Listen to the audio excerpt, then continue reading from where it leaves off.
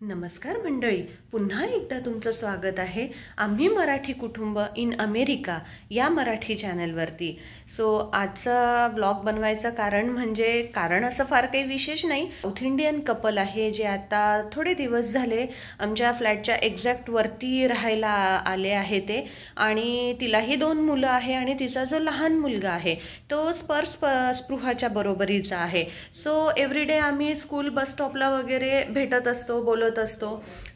So तिच्यासोबत छान friendship झाली आणि मुलंही रोज एकत्र खेळतात। आणि आता सध्या इकडे टेम्परेचर खूप डाऊन झालेलं आहे। आज मला वाटतं 33 फॅरनहाईट वगैरे असेल, म्हणजे साधारण एक 0 ते 1 डिग्री पर्यंत वगैरे। आणि आता मुलांना फॉल ब्रेक सुद्धा चालू आहे, एक 8-10 दिवसाचा त्यांना सुट्ट्या आहे। इथे थँक्सगिव्हिंगच्या पिरियडमध्ये सुट्ट्या असतं, फॉल ब्रेक म्हणतात त्याला।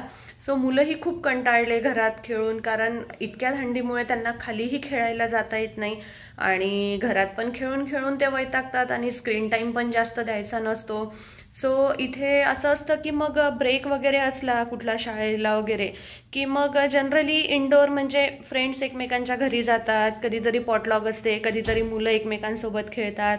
सो आज मला असंच वाटलं की वर जी साऊथ इंडियन फॅमिली राहायला आलेली आहे आणि रिसेंटली ती माझी मैत्रीण झालेली आहे, तर एक अजून चांगली ओळख व्हावी, फॅमिली एकमेकांसोबत भेटावी म्हणून मी आज तिला चहाला घरी बोलवलेलं आहे। तिला म्हणण्यापेक्षा तिच्या फॅमिलीला, तिच्या हस्बंडला पण आम्ही इन्व्हाइट केलेलं आहे चहासाठी। एक 5-5:30ला साधारणतः ती येतील आणि 2 मुलांना पण घेऊन येईल, म्हणजे माझी मुलं पण खेळतील त्यांच्यासोबत आणि आमचाही चांगला टाइम स्पेंड होईल। तर मी विचार केला आहे की आज चहा पार्टी करूया आणि मग ते 5-5:30ला येईल। त्यासाठी मी मिरची भजे, आलू भजे वगैरे पण सोबत करण्याचा प्लॅन केला आहे।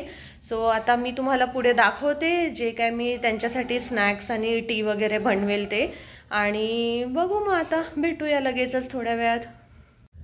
तर पहिले मी आलू भजे करून घेतलेले आहे। सध्या वातावरण पण इतकं मस्त थंड झालेलं आहे, त्यामुळे चहा आणि भजेचं सुद्धा सीझन पण आहे असं म्हणायला हरकत नाही।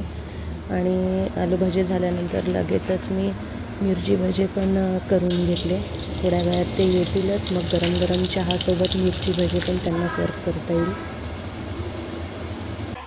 ते आले आणि नंतर भरपूर गप्पा झाले स्नॅक्ससोबत।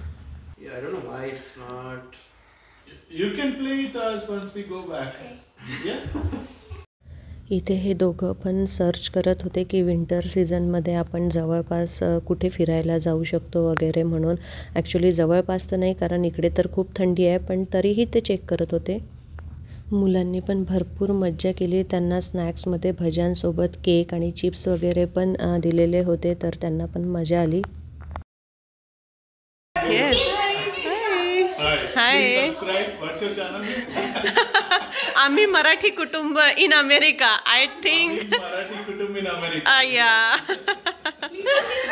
My friend's channel. थँक्यू।